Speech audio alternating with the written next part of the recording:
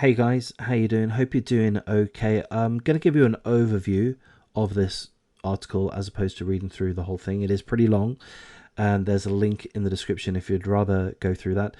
It is an overview. Some of this is going to be off the top of my head. I'm going to get some of the details wrong to a minor degree. You're free to, just read through it carefully if you need everything to be absolutely perfect. But I will do my best to give you accurate information, of course. This is an update in regards to a tragic incident which happened on March the 10th, 2022. I did make a video in regards to this. It would have been the day after, a couple of days after, so my memory's a little bit stretched at this point. But in regards to Barbara Gustern, an 87-year-old, who, if I recall correctly, was walking home after having done some work. So she was a well-esteemed vocal coach. She had a number of high-profile clients, including Debbie Harry. She worked for, like theatrical, musical clients, helping whole troops, if I understand correctly. So she's an elderly lady that's very professional vocal coach. She's walking home. She was walking home March the 10th, 2022.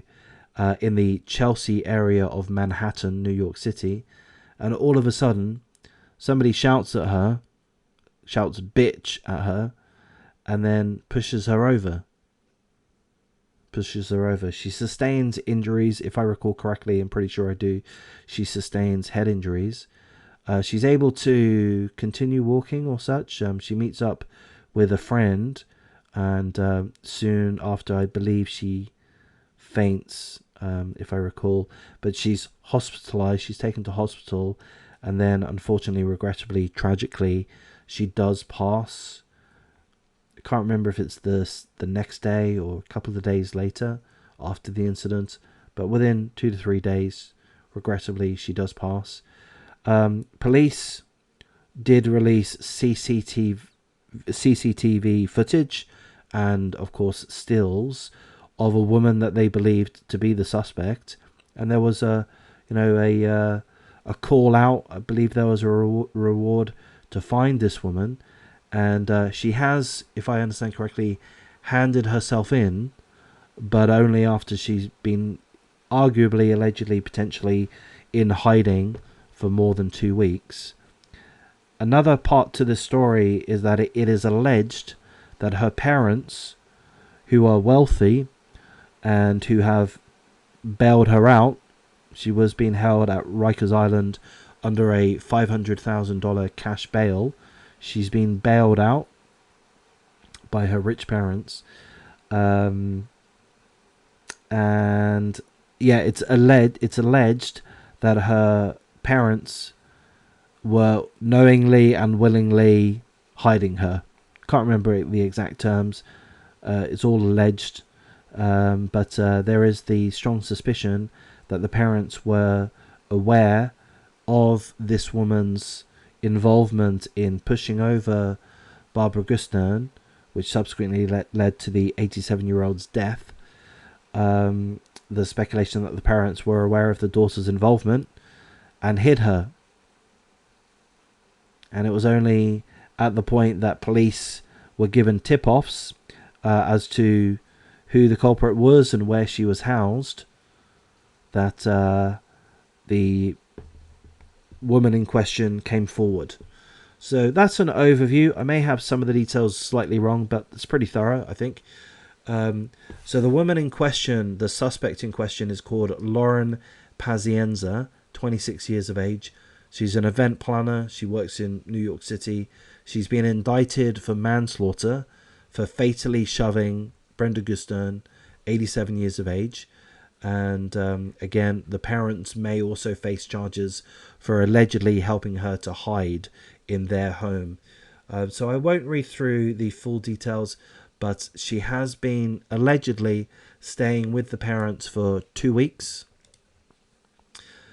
She's now been charged with 1 count of first-degree manslaughter and 2 counts of second-degree assault in regards to the incident which led to Barbara Gustern's death. She was locked up in prison under a $500,000 cash bail, and she's been released following payment from her family. Here's a picture of the suspect, Lauren Pazienza, 26. And I'm going to say, with the CCTV footage and the stills that were released by the police, this is the same person. I mean, you could even say the clothing is the same or extremely similar, would be my speculation. So that's to say, and again, this is just my opinion, my speculation, that's just to say that this woman looks very similar to the suspect that the police were looking for. That doesn't necessarily mean that she's guilty. I could tell you what my speculation is. My speculation is, yes, she's guilty, but I don't know anything at all. Here's the defense lawyer, and I normally wouldn't, highlight the defense lawyer, certainly a photo of the defense lawyer. Typically wouldn't do that, but I am in this case really because of his appearance. I could be facetious, I could be jovial and just comment that he looks like he's stepped out of the 1940s. Why on earth is he wearing a trilby hat? Please don't bring that back. But more than that, I'm going to say this, and you can disagree. Maybe this is unfair of me, but it just seems to me that this is a slick grifter. I'll use that term, whatever that means. But he seems to be a slick grifter and expensive. So it seems to me that the parents that were able to afford a $500,000 cash bail to release their daughter can also afford these lawyers. I'm speculating. I don't know if he's any good. I don't know if he's particularly expensive, but my guess would be yes, he's good. Yes, he's expensive. And my fear there, why am I discussing this? Well, because I just fear that the judicial system, the justice system, and this is from a point of view of a complete layman, but my fear is that the judicial system can and is manipulated by slick lawyers. Defense lawyers aren't there to seek justice. They're not there to seek justice. They're there to do whatever they can, to employ whatever tactics, however manipulative they may be, to have their defendant, their client, get off the charges. So to me, I don't know, this kind of slickness, that this outfit that this guy's wearing, it's completely inauthentic. It's showboating, and what I get from it is that he's going to go in there and do some Jedi mind tricks to get her off, or to ensure that she gets a light sentence. Maybe that's a bit of a nonsense thing for me to say. The article also reminds us that the parents potentially face charges if the prosecution can show that they hid Lauren from the police. So that's another aspect which is kind of similar in some ways to that of the Gabriel Petito case. Gabriel Petito. Have I got the name wrong? Gabriel Petito. Sorry, it's late at night. My brain's not working. But it's kind of similar to the Petito case in that the parents, I believe, have got a civil lawsuit against the parents of Brian Laundrie. They suspect, or Gabby Petito's parents are arguing, I believe, that Brian Laundrie's parents were aware of Brian Laundrie's involvement in Gabby Petito's death, in her murder, and I believe Gabby Petito's parents are arguing, suing the parents for hiding relevant information from the police. So this could be a similar situation to that. And I think really that's all the information that I wish to go through in regards to this. There is a link in the description if you'd rather look through it more carefully. But ultimately, it is a tragedy. An 87-year-old lost her life. Why? Well, for no good reason, seemingly. She was apparently, according to Barbara, she was able to pass on that someone approached her directly, called her a bitch, and then shoved her over. Barbara was able to say that she didn't know the person concerned, and I believe Barbara, the victim, was able to provide a basic description. My feeling, and this is again just complete speculation on my part, my feeling is that the police have a very strong case against Lauren Pazienza. I mean, they had CCTV footage of her leaving the scene, or actually, she was hanging around the area for around 20 minutes. Perhaps to see what kind of condition Barbara was in, to see if she was severely hurt or not. But yeah, she was caught on CCTV footage, or potentially caught on CCTV footage. I would imagine, my speculation would be that the prosecution will be able to show that it is Lauren Pazienza on the footage. We've only seen, as members of the general public, we've just seen a very short clip of the CCTV footage, but this is in a well-to-do area of Chelsea, within Manhattan, within New York City. So there's going to be CCTV at every angle, dash cam footage, all of this. So there's going to be some, I would guess, my speculation would be that there will be some damning evidence showing somebody who will be able to be identified from the CCTV footage as having pushed over Barbara. That would be my guess. My guess is that Lauren Pazienza, pardon my facetiousness, pooped her pants upon learning that Barbara had tragically passed. And she's an entitled young woman that's perhaps had it easy her whole life, and feels that it's perfectly okay to push over older women. And I would suggest that she didn't know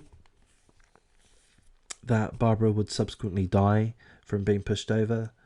But I would suggest that she's pooped her pants. She's run to mommy and daddy. Mommy and daddy have looked after the little princess once more. And we're going to see what comes of it. We're going to see if justice is served, if Lauren Pazienza is found guilty. We're going to see if she gets an adequate sentence or not. I hope she does, if she is found guilty. I hope that the slick lawyer, paid for no doubt by the rich parents, I hope that the slick lawyer doesn't pull the wool over the jurors' eyes, doesn't come out with fancy tactics which deny actual justice from taking place. I hope Barbara and her family get the justice that they deserve. And the grandson has been very vocal in regards to this matter. Of course, he's devastated, as is the rest of the family. So I'm going to wrap things up at this point. It is interesting. I wonder if there'll be a lot more information coming out. I guess there will be when a trial goes ahead, and it will be interesting to see if the parents are indicted or charged, or whatever the correct terminology might be, in regards to their potential involvement. But anyway, I'll wrap things up. I'll thank you for your time. Thanks for listening. If you do see value in this kind of content, then please give me a little bit of encouragement. My agreement to you is that I'm going to carry on making multiple videos every day. Sometimes I can do that, no problems at all. Other times, I don't know, I have a mental block and I'm just not able to, like mentally, I'm just too drained. But yeah, please, I'm gonna try to hold up my end of the bargain, which is making multiple videos every day of this kind of topic, true crime. And also my other agreement to you is that I'm gonna do what I can to foster a community on YouTube of genuine, kind people that have an interest in this type of subject. So I'm going to do what I can to foster that kind of community. I'm really enjoying reading your comments. I'm getting a lot of comments. Sometimes it's praising me, which I appreciate, but more importantly, people talking about a particular case, their views on a case, which is often venting, which is good. Please do vent. Please do show how angry you are. at some of the incidences, some of the crimes, some of the torturous crimes, at some of the sentencing that happens. Please do express your opinions, any insights that you have. I think there's a real opportunity to have a community of like-minded people talk about these subjects. Perhaps we can talk about that on a live stream. So anyhow, I'll thank you for your time, and please do like, comment, subscribe.